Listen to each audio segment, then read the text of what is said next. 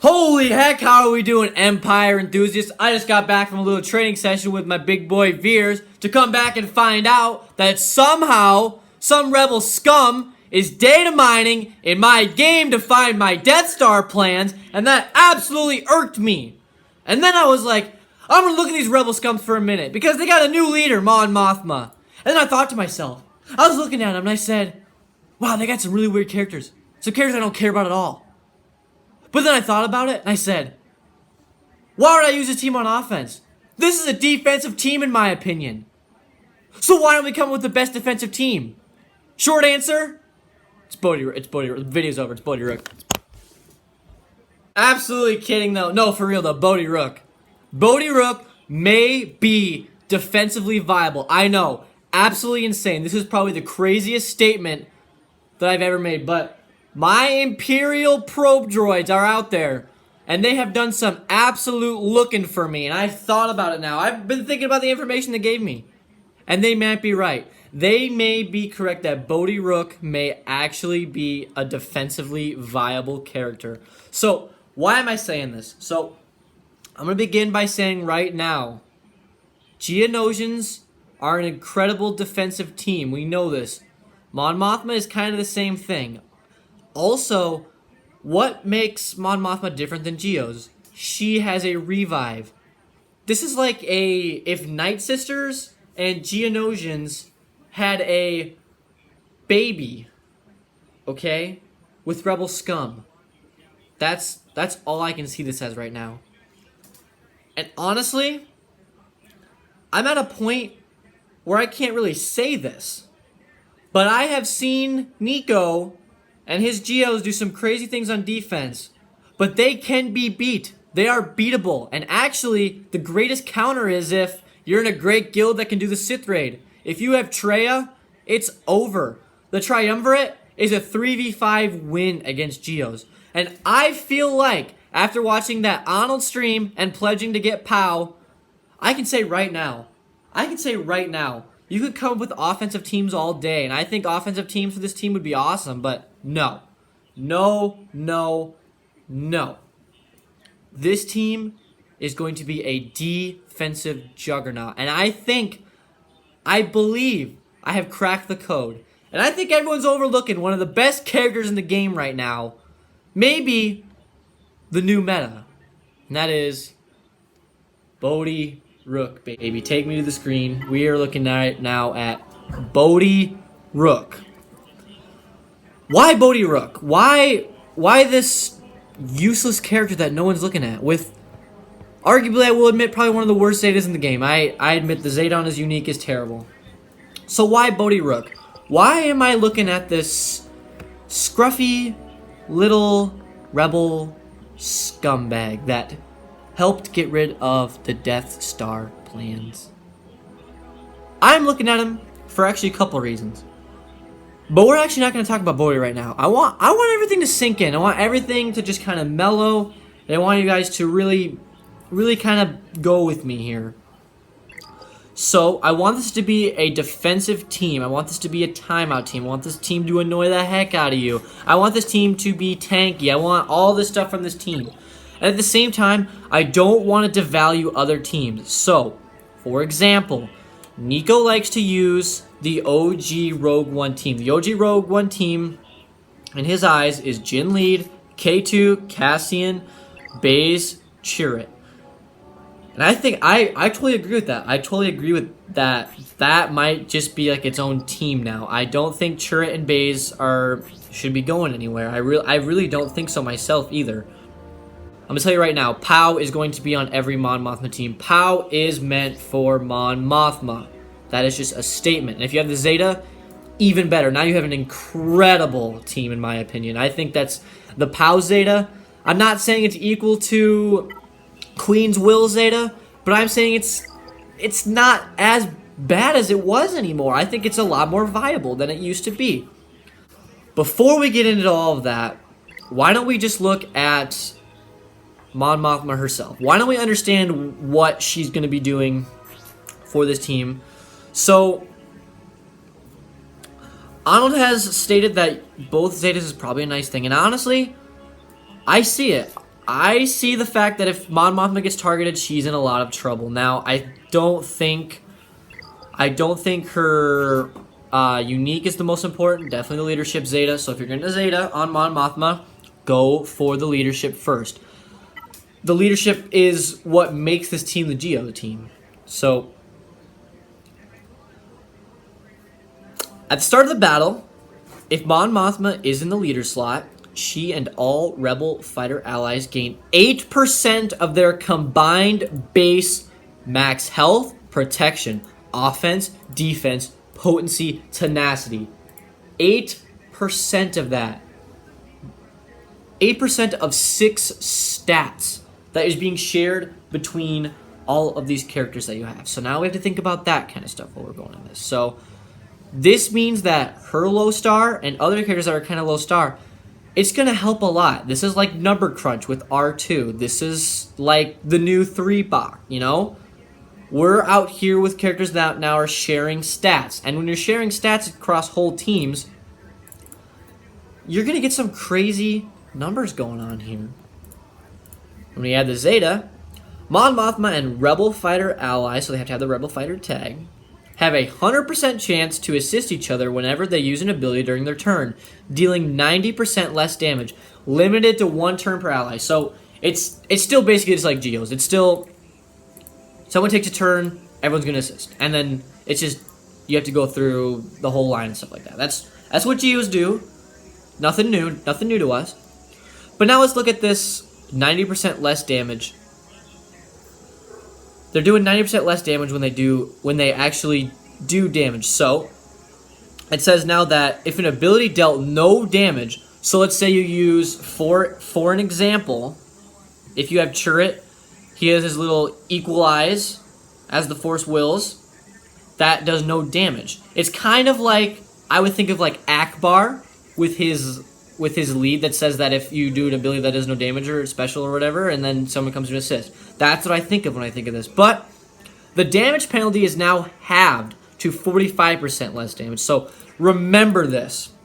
Remember that if you are using an attack that does no damage, that means everyone else assisting will be doing more damage. Technically, double the damage. Technically, it's doing double the damage than normal. Also, then also the healthiest Rebel ally has all their debuffs dispelled too. Every time this happens. Every single time. Now the Rebel Trooper, obviously, he's going to be going from Trooper to Officer to Commander, and you want to get him up to Commander. So on his basic, he dispels all buffs. If he's Officer or Commander, then he also can inflict daze. Obviously, he'll get Rebel Morale, which will give all allies that are Rebel defense penetration. Now, obviously, defense penetration is insane. It's a great buff.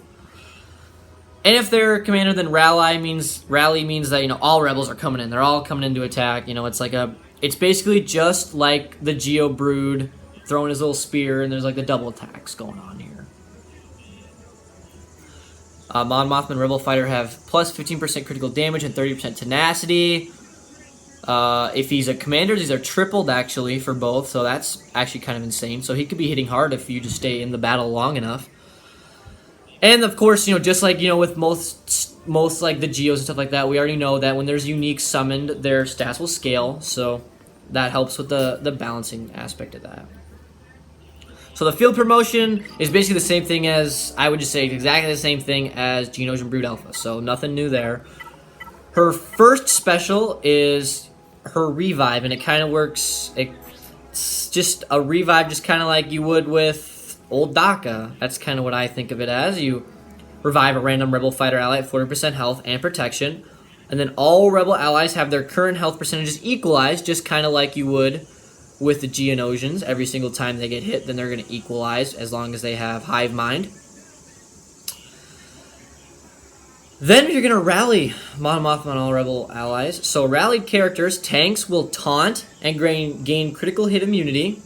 Attackers will assist. Healers and supports will restore 15% health and protection to all allies. So if you have one, you're getting all of that. If you have one tank, the tank will be getting that, and that's just how it goes. It's going to be passing all that.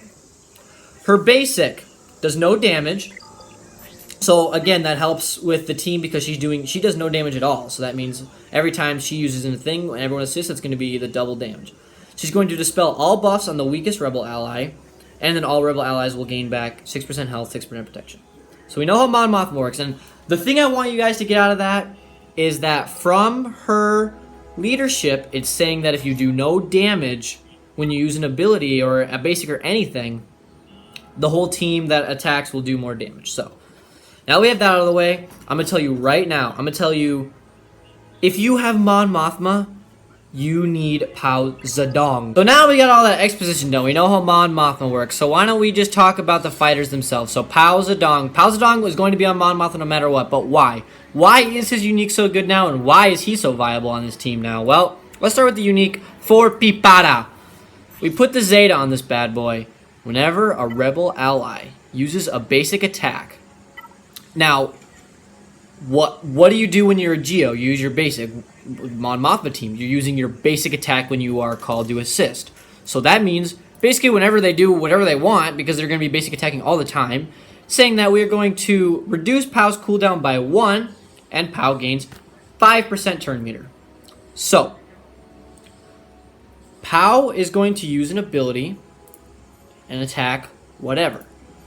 And now that means there are going to be 5 other characters that are going to be taking a turn, getting their assist. That means that's 25% turn meter, and he's reducing his cooldowns by 1 for each basic attack. So that's also 5. So there's 5 cooldowns. Let's go into the bread and butter, really. This is really the only ability you really need. It's Sakala with an exclamation point. That's right. All allies gain offensive up for 2 turns. Pao gains 40% turn meter. So Pao uses this. Boom. For Sakala, 40% turn meter. Everyone attacks. 25, 65% turn meter total has been gained by Pao Zedong. Because of that, now Pao is 65% turn meter, and he's given everyone offensive up. Now, I want the offensive up to kind of, I just want that to kind of sit in the back of your head. Remember, offensive up is what Pao gives to everyone. Now, of course, you're probably like, oh, it's just because you do more damage on the basic. Woohoo! Like, there's gonna be more to it. We're gonna get into why Bodhi Rook, and if you are a real Bodhi fan, you know why. You're gonna kind of see what I'm going for. And so, the Sonic Grenade, it's not amazing. It's an AOE with a 70% chance to inflict defense down. So defense down now means that they're going to be taking more damage. With the offensive up and defensive down, you have both ways. And that's kind of why I would see Wigs, because you can have Wedge do more damage with defense down on his basic. So there you go for the offensive talk. But on Pao's basic, so when he's being called to assist, he will deal physical damage to a target enemy.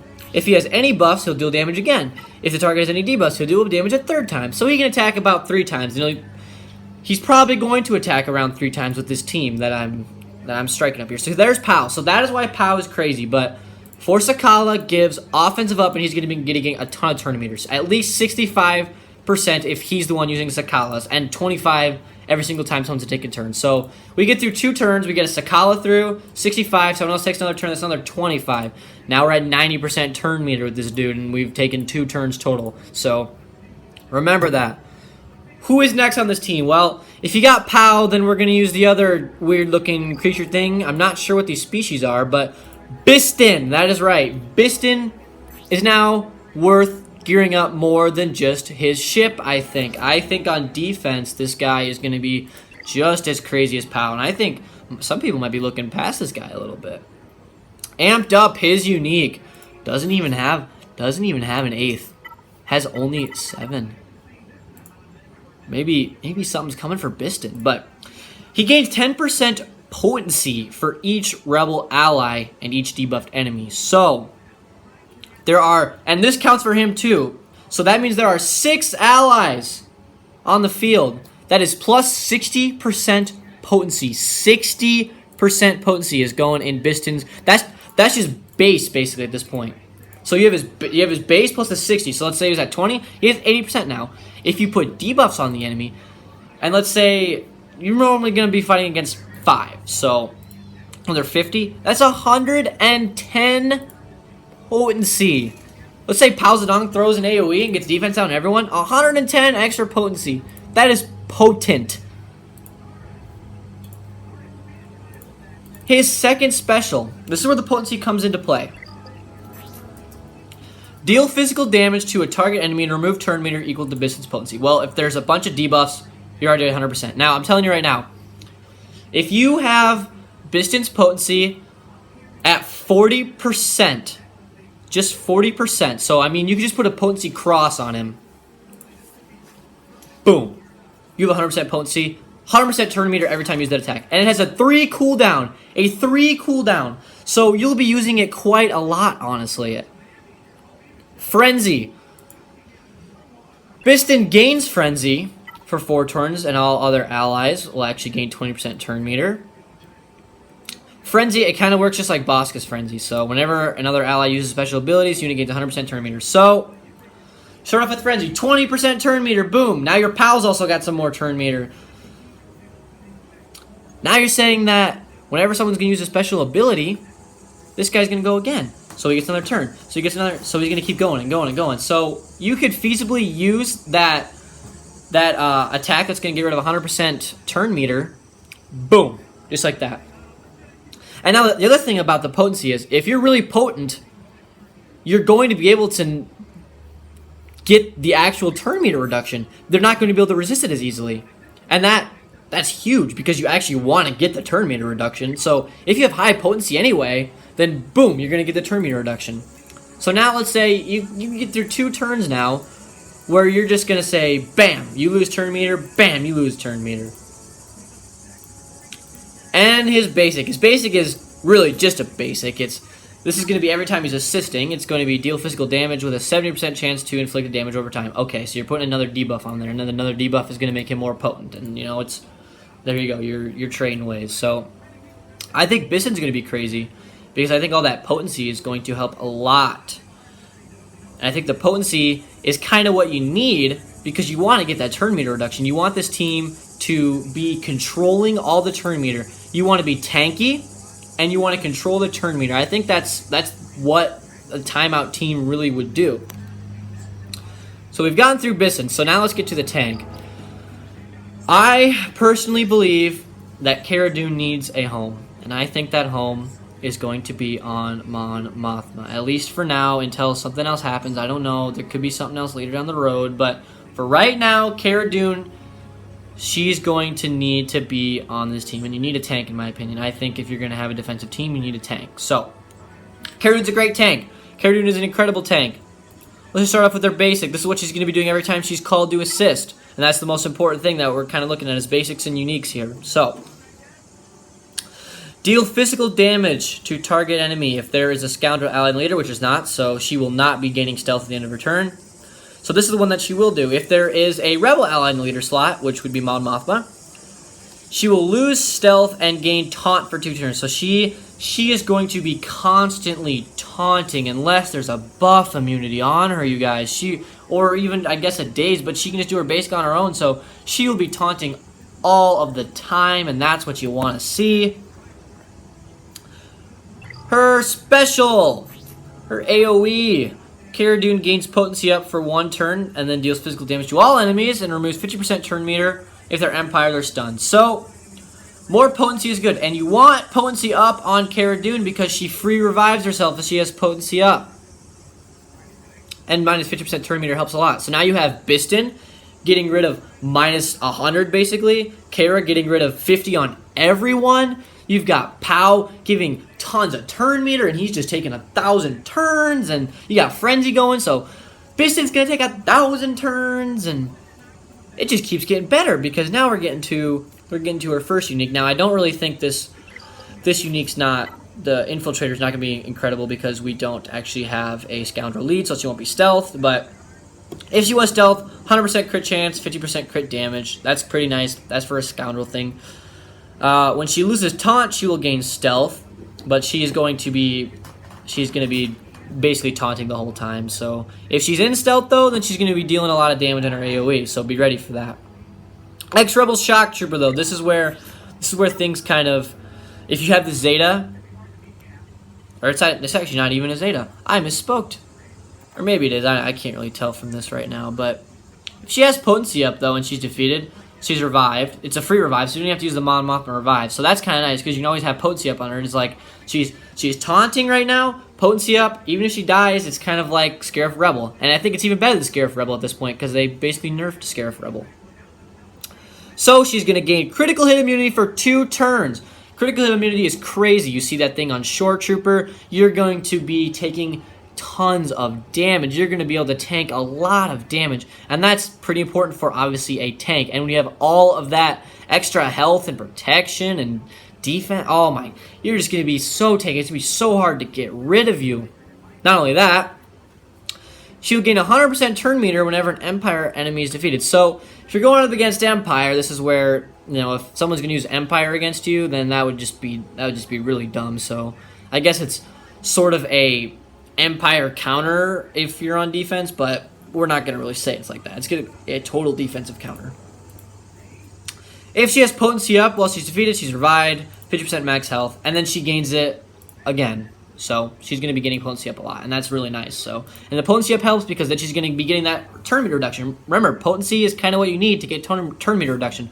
Otherwise, it will be resisted, and you don't want that. That hurts your day. So that is what Cara Dune will do. She'll be the tank of the team to hopefully take on most of the brunt of the damage. Well, if your team's kind of slow, then that'll allow the damage to be taken. She can get a revive off in case she gets killed, and then boom, you can get your turn meter train going on defense. So, we've talked about most of the characters that are going to surround this character right now. And I can't believe it. I'm just gonna have to look away. Okay, I'm serious.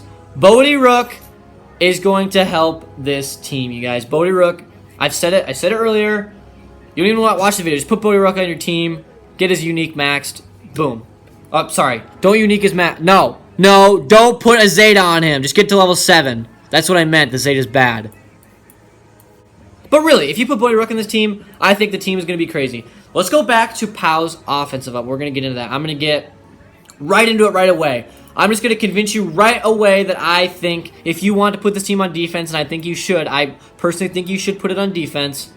This is why I'm not even doing the level 8, level 7. I'm pulling up level 7. While Bodhi is active, Rebel allies with offensive up also gain plus 50% defense. You will always have that offensive up because Pow is using Sakala. That means you are gaining offensive up. So in addition, you are becoming even tankier with all of those extra stats that are being added on. Now you're also 50% tankier from after all of that? With one buff? That's the whole point of the team because you need Pow anyway? How can you overlook Bodhi Rook? You can't! This man may change the defensive viability of this team. But let's just get into the other stuff. So what's he going to do with his basics? The basics are kind of a really important thing. So his basics sound amazing. Obviously, you've seen that this team has a lot of potency, so they're going to be inflicting a lot of debuffs. His is just deal physical damage and inflict evasion down. Now, evasion down could be good. It could be good. If you have an evasion down, then you're even less likely to evade attacks. So that's good. I don't see why that's bad. That's a good thing. And if there's debuffs on the field, then boom, you're still giving Biston more potency now. You're doing all that crazy other stuff we talked about before. So now I also want to get into Mon Mothma again. We're gonna go way back again. This is where everything's coming together, you guys. This is where you're seeing the big picture that I'm trying to lay out to you. If a character is not using an ability that does damage, then everyone assisting will do double the damage. Technically, they'll just have a 45% penalty instead of 90. Bodhi Rook has 2 specials that do absolutely no damage at all. They do no damage. None. Don't do anything. They really don't do any damage. Let's do Interpret Communications here. Interpret Communications is a remove turn meter, gain turn meter swap. So you will be removing 10% turn meter from enemies. doubled on Empire. So again, do not throw Empire at this team. That would just be a bad look. All allies gain 10% turn meter, doubled for rebels. So in most situations, it's going to be they lose 10, we gain 20. So there's even more turn meter control that we're talking about. Spotter, his other special. Again, these are doing no damage, so every time he's doing this, everyone's doing more damage on their basics when they're all called to assist, and that is a nice thing.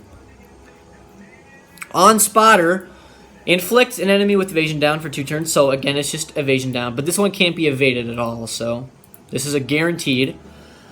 And then a target other ally, so every pix will gain offensive up. So there's another offensive up, so he is also giving offensive up to someone, so there's plus 50% defense to that person, so he's saying, here's more damage, here's a ton more defense, and potency up. So, why this could also be good, maybe offensively viable if you're in control. Let's just say that Cara Dune loses potency up, and we put potency up on her with this ability. And now, boom, she's safe for a revive again. That's pretty awesome. And then they're called to assist. So then they're going to use their basic again. So now it's really like whatever the basic's going to be used, whatever needs to happen, whatever, you know, if you're actually in control. But the AI, they'll be in control, and most of the basics are still going to do great things. So either way, I just see that as kind of nice. So that way he's just putting offensive up on people to put more defense. I'm not really worried about the potency up. That's kind of like an extra thing. Maybe he puts it on Cara. And if the target rebel ally is rebel, which they all will be, Bodhi will gain 30% turn meter. So he's giving himself his own turn meter too. And now, of course, you're looking at these cooldowns, and they're 4 each, but I'm not even worried about that. This guy's really out there for his unique, in my opinion. And I think if you're putting 50% more defense on your team like that, you're so tanky. You're so tanky. Like, you're going to have to get through Cara. If you get through Cara, she might get revived, because you can't target Mon Mothma. And if you target literally anyone, they're going to get revived. Cara can revive herself, and the 50% extra defense. Guys, this right now is why I think you should take a look at Bodhi Rook. Personally, I think Bodhi Rook is defensively viable now. I think this is going to be an ideal defensive setup. This way, you can utilize your roster and save some of those better lineups to not move around all your rebels like that. So, I really hope that you wrapped your head around this as much as I did. I think this explanation is going to hopefully clear everything up on why I may be a madman. But let me tell you, Bodhi Rook, I couldn't believe when I was going through all these teams that Bodhi Rook was going to be maybe have a chance of being viable. So I'm going to tell you right now, that's all I got for you. The only thing I can say is really fast. What would I do on offense? I would do Mon Mothma lead with the Wigs duo, Hoth Rebel Scout. Check that. That might get nerfed though, because that might be kind of insane. And then lastly, really, I just POW, because you need POW. So that's all I got for today. Bodhi Rook defensively viable. Let's make it happen. I'll make it happen. I'll show you. I'll get some test footage. This is all in my head, but I may be crazy, but at least I ain't lazy, baby. Let's get going. Let's Empire enthusiast, but maybe the rebels are the way to go. I don't know. I don't think so though. Thanks for sticking around this long. I'm hoping to get a good video with Veers. Hopefully coming tomorrow. We got some big things going on. We got territory battles. So hope to see you in the next one. Edward Elric, out of here, baby.